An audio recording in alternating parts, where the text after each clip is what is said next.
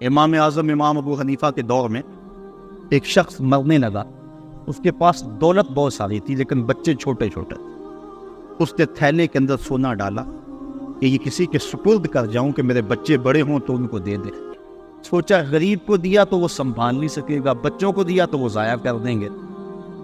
ایک دوست تھا اس کا امیر ترین، اس کو کہا کہ میاں یہ سونا اور تھیلا ہے، ساتھ وصیت نامہ لکھا، جب میرے بچے بڑے جوان ہو جائیں، بالغ ہو جائیں تو جو تیرا جی چاہے ان بچوں کو دے دینا. یہ اس نے وصیت کی اور وہ سب کچھ اس کے سپرد. بچے جوان ہو گئے، اس نے لوگوں کو بلایا، بچوں کو بلایا، سونا تھیلا سب کچھ سامنے رکھا، وصیت نامہ پڑھا. ان کے باپ نے جب مرتے ہوئے مجھے یہ سونا تھیلے میں ڈال کر دیا تو ساتھ یہ وصیت نامہ لکھ کر دیا کہ جب میرے بچے جوان ہوں گے جو تیرا جی چاہے بچوں کو دے. تو اس نے سونا اپنے پاس رکھ لیا اور خالی تھیلا بچوں کو دے. اب سارے کہیں ظلم ہوا ہے، یتیموں کے ساتھ ظلم ہوا ہے، لیکن کریں کیا کہ وصیت نامہ ہی ایسا تھا، نہ عدالتی چارہ جوئی ہو سکتی ہے، نہ اس کو کہا جا سکتا ہے. سارے کہیں ظلم ہوا، علماء سے پوچھا لیکن کیا کہا جا سکتا ہے. وصیت نامہ کے اندر بات ہی ایسی تھی کہ اس نے زیادتی کی ہے اور سب کچھ خود رکھ لیا. امام اعظم امام ابو حنیفہ سراج الامہ امام الائمہ، آپ کی خدمت میں لوگ حاضر ہوئے کہ یوں یتیموں کے ساتھ یہاں زیادتی ہوئی، لیکن وصیت نامے کی عبارت اس طرح کی تھی اس لیے کوئی بول بھی نہیں سکتا. آپ کو ارشاد فرمائے. کہا دوبارہ سب لوگوں کو جمع کر لو، اسے بھی بلا لو، بچوں کو بھی بلا لیا گیا. کہا میاں وصیت نامہ پڑھا گیا کہ یہ سونا ہے، تھیلے میں ڈال کے تجھے دے رہا ہوں، جب میرے بچے جوان ہو جائیں گے جو تیرا جی چاہے وہ بچوں کو دے دینا. آپ نے فرمایا پھر پڑھو. اس نے پھر پڑھا.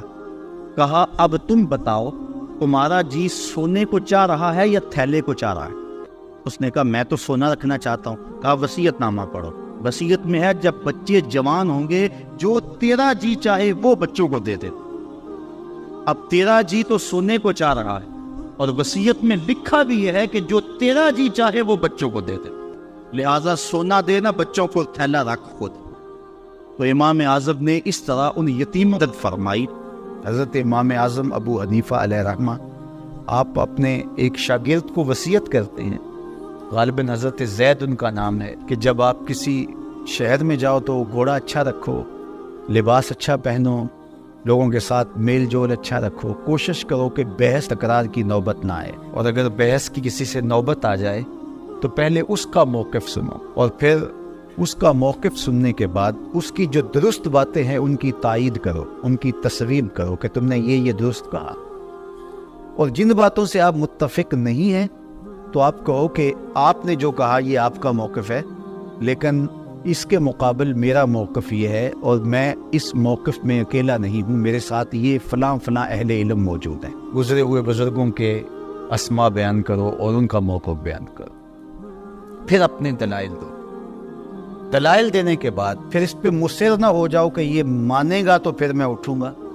دلائل اس کی جیب میں ڈال کر کے، اس کے کوٹ میں گیند ڈال کر کے آپ گھر آ جاؤ. اللہ نے ہدایت دینی ہے، لکھا ہوا تو ہدایت مل جائے گی. ہمارے اوپر پہنچا دینا ہے. آج ممبر پہ ہم یہی کہتے ہیں، جب خطبہ ختم کرتے ہیں تو یہی کہتے ہیں نا، وما علینا الا، ہمارا کام پہنچا دینا ہے. لیکن یہ ہم یوں ہی کہہ رہے ہوتے ہیں. رویہ یہ ہوتا ہے کہ جو ہماری بات مانے گا نہیں، ہمارے موقف کو تسلیم نہیں کرے گا، وہ دارِ اسلام سے خارج ہے.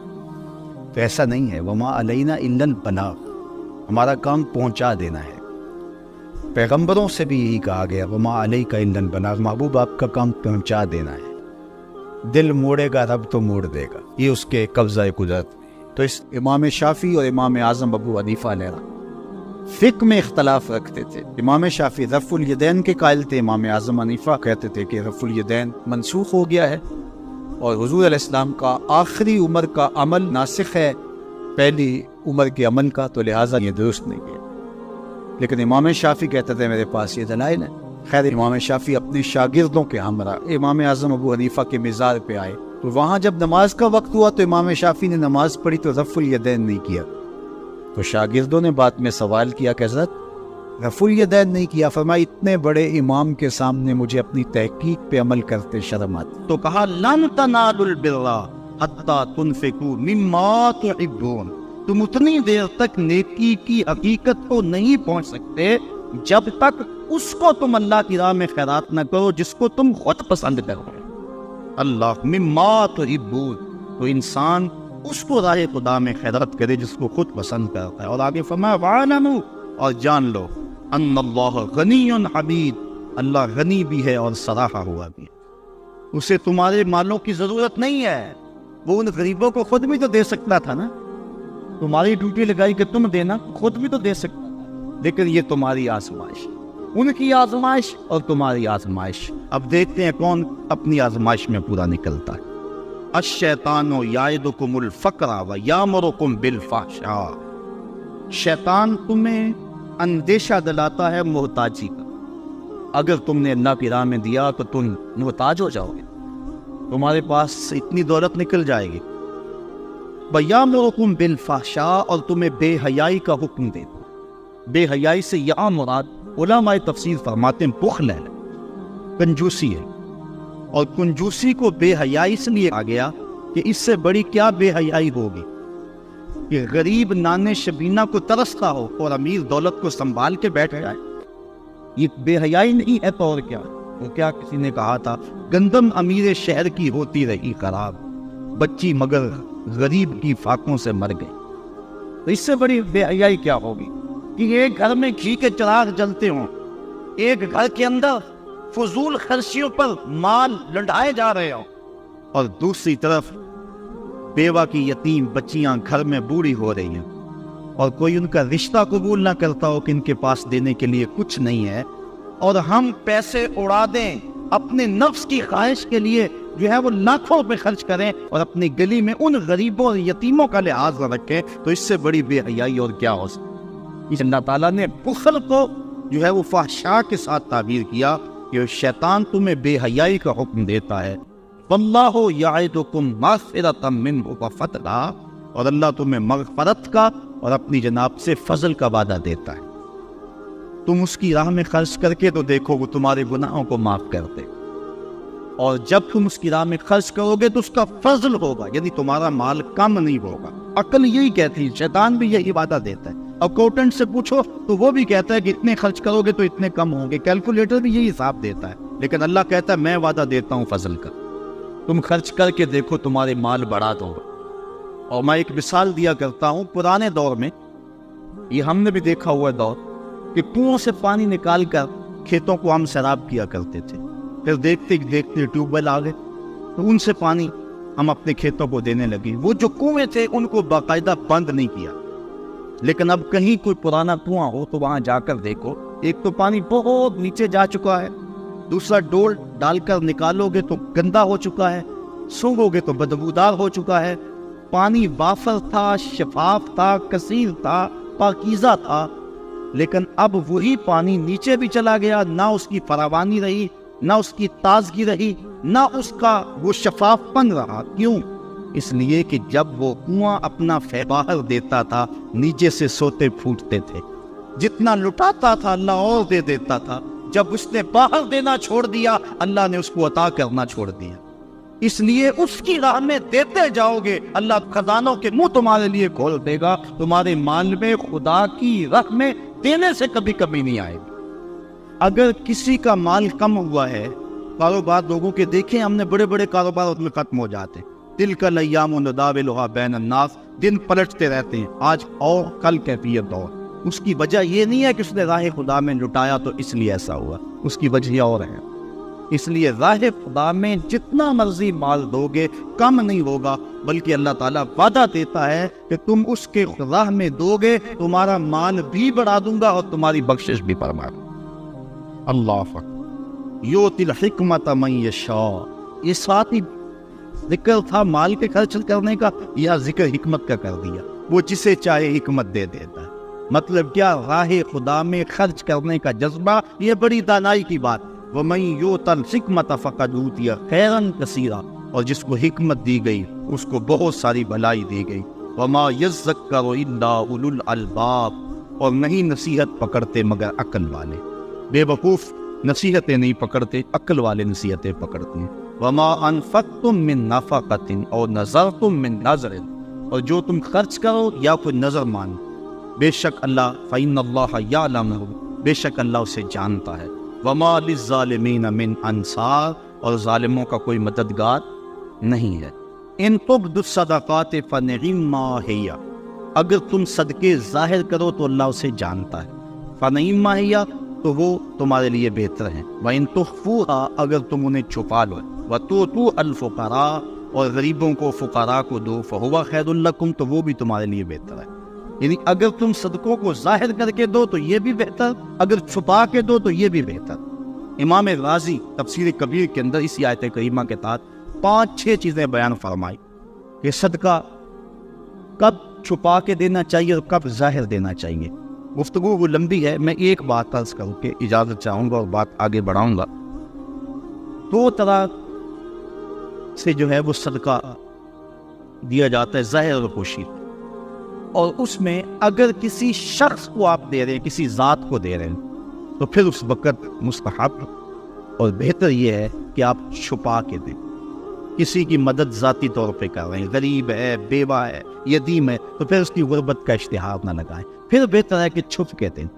اور آقا کریم نے فرمایا 7 اشخاص قیامت کے دن اللہ کے عرش کا ٹھنڈا سایہ پائیں گے جب کوئی سایہ نہیں ہوگا. ان میں ایک شخص یہ فرمایا وَرَجُلٌ تَصَدَّقَ بِصَدَقَةٍ فَأَخْفَاهَا حَتَّى لَا تَعْلَمَ شِمَالُهُ مَا تُنْفِقُ يَمِينُهُ، وہ آدمی جس نے تنہائی میں صدقہ دیا اور اتنا خفیہ دیا کہ جو دائیں ہاتھ نے کیا وہ بائیں کو خبر نہ.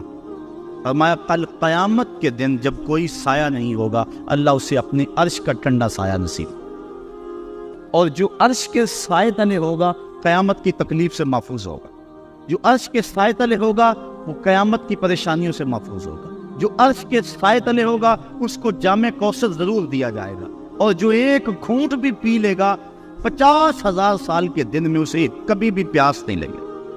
تو جس نے اپنے صدقے کو خفیہ دیا، دائیں نے دیا، بائیں پہ خبر نہ.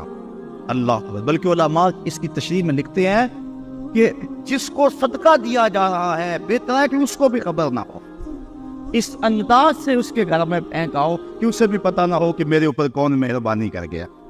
اللہ اکبر. اگر ایسا ہو تو یہ انتہائی خفیہ حالت ہے. اللہ اکبر، اللہ اکبر. تو کہا کہ اگر تم صدقہ خفیہ دو تو وہ بھی تمہارے لیے بہتر ہے، اور اگر تم ظاہر دو تو ظاہر دینا کس وقت مستحب ہے جس میں کسی شخص کی ذات کا معاملہ نہ ہو. مثال کے طور پہ مسجد کے لیے فنڈ مانگا جا رہا ہے، دارالعلوم کے لیے مانگا جا رہا ہے، کسی ہاسپٹل کے لیے مانگا جا رہا ہے، کسی اور رفاہی کام کے لیے مانگا جا رہا ہے. لہٰذا وہاں آپ اس نیت سے کہ اگر میں اٹھ کے اعلان کروں گا تو میرے دیکھا دیکھی کئی اعلان کریں گے، لہٰذا مدد ہو جائے گی. تو آقا کریم نے ایک مرتبہ جہاد کے لیے فنڈ مانگا تو ایک صحابی نے جلدی سے آغاز کر دیا، اس کو دیکھنے سے باقی بھی اٹھ کھڑے ہوئے.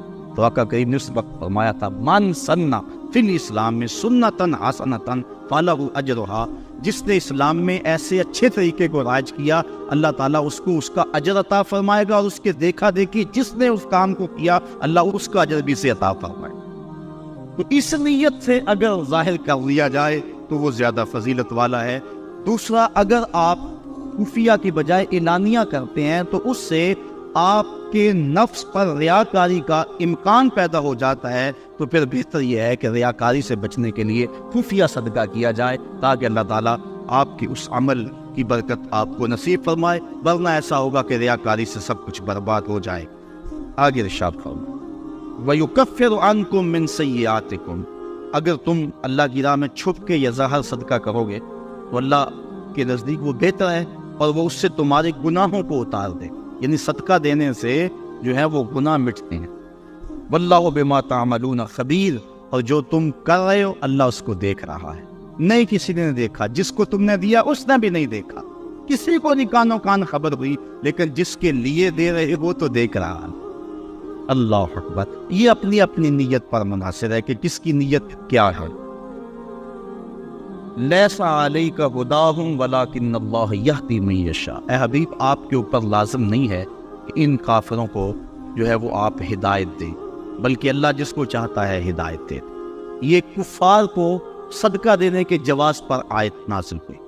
صحابہ صدقہ اپنا دیتے تھے، اپنوں کو مسلمانوں کو بھی، لیکن ان کے رشتہ دار کافر بھی ہوتے جو پریشان ہوتے تو دل میں آتا یہ کافر ہیں، تو اللہ تعالیٰ نے اجازت دی کہ ان کو بھی آپ دے سکتے ہیں.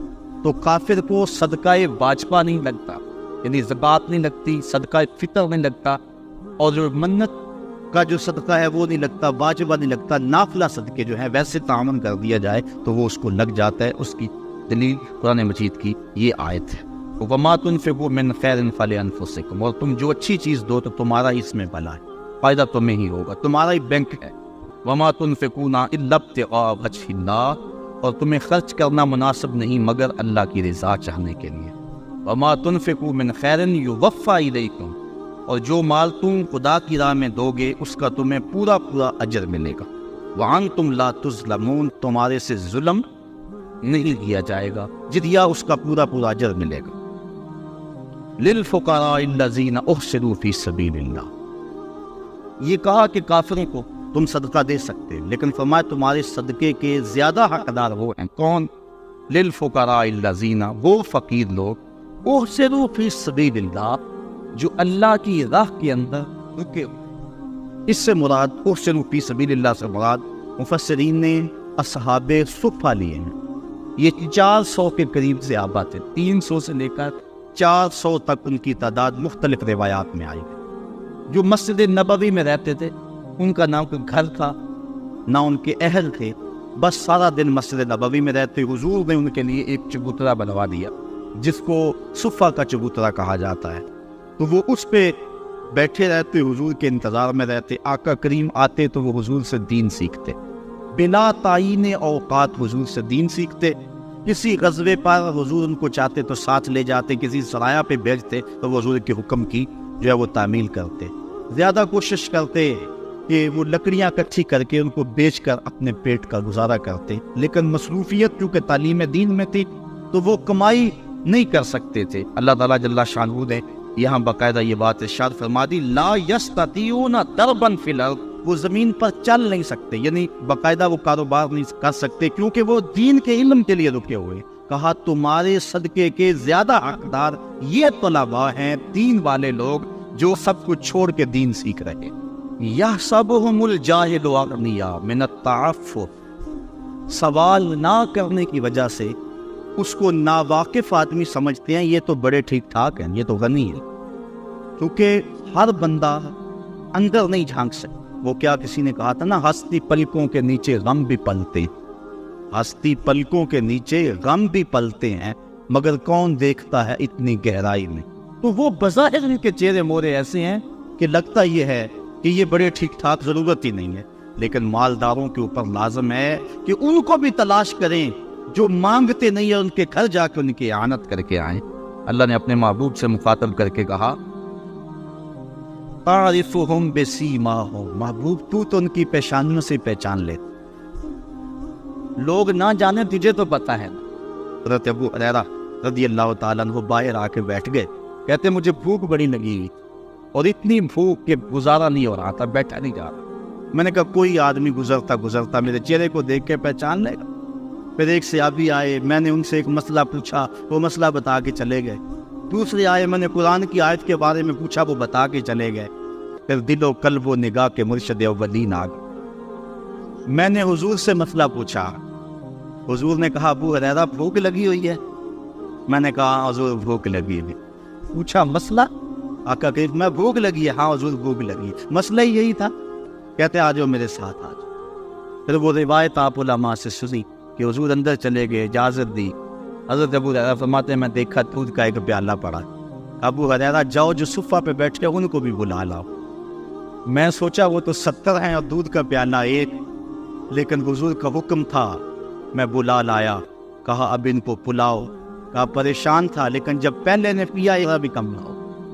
میں سمجھ گیا حوض کوثر کی نہروں سے کنیکشن جڑ گیا ہے۔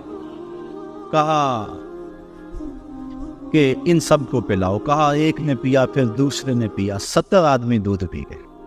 اللہ اعلیٰ حضرت فرماتے ہیں ہاں جناب ابو ہریرہ، کیسا تھا وہ جام شیر جس سے 70 سالوں کا دودھ سے منہ بھر گیا۔ اللہ اکبر۔ کہتے ہیں پھر حضور نے مجھے پلایا، کہا اور پیو اور پیو، حتیٰ کہ میں سراب ہوا، حضور آپ نہیں پیا چاہتا۔ پھر آقا کریم کو پیالہ دیا۔ استاذ مکرم فرمایا کرتے تھے یہ تو دیکھتے ہو کہ ایک دودھ کا پیالہ 70 کے لیے کافی ہو گیا، یہ بھی تو دیکھو کونین کا سردار اور 70 کا جوتا پی رہا۔